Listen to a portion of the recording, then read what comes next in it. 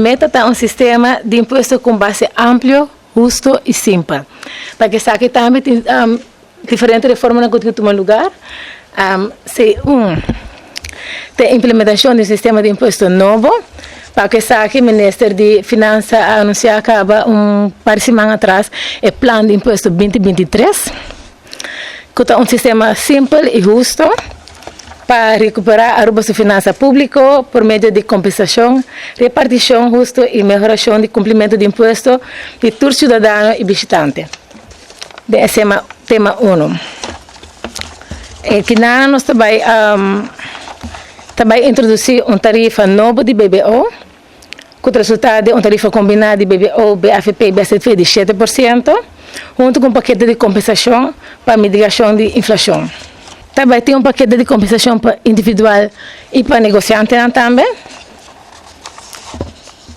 O plano de imposto, paquete de compensação individual, está encerrado com barra imposto na riba entrada, está subir a suma livre de imposto na 30 mil florim para ano, está separar a cobrança de imposto riba entrada de pensão de vejez e está subir a reparação de slag para todo pensionado com 45 florim para luna.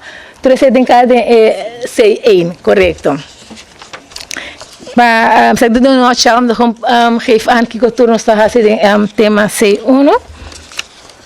Também tem também para o negociante, também a tarifa general de winstbelasting de 25% para 22%. Nós vamos manter a dedução de inversão, que é investeringsaftrek que é instant.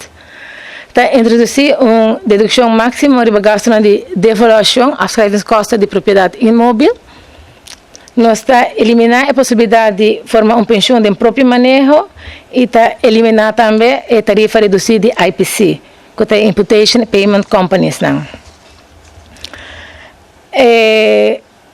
Também tem uma repartição que acaba justo e aumento de cumprimento. Is a taxa de imposto de toeristenheffing de 9,5% para 2,5%. Também tem outra repartição de total entrada de toeristenheffing entre land com ATA. Tem melhorar o cumprimento de imposto de acomodação alternativo, por exemplo, Airbnb, que tem comunidade que toda gente tem percebe que não gente não está paga, que esse também tem agora atender com ele, não está atendendo com acaba, para também melhorar o cumprimento de saque. Está cobra imposto de traspasso de propriedade econômica imóvel e economische eigendomsoverdracht. Está cobra imposto de traspasso de acciones de entidade na propriedade imóvel na Aruba, ou de aandelen overdracht de een goed op Aruba. Dus dan também se paga voor overdrachtsbelasting. Se tem plan que tem agora que nana. Está introduzir salário mínimo e gebruikelijk loon para todo diretor que acionista de na mesma empresa. Tem um máximo de 50% de volume de venda, tem um máximo de 100 mil florim para ano.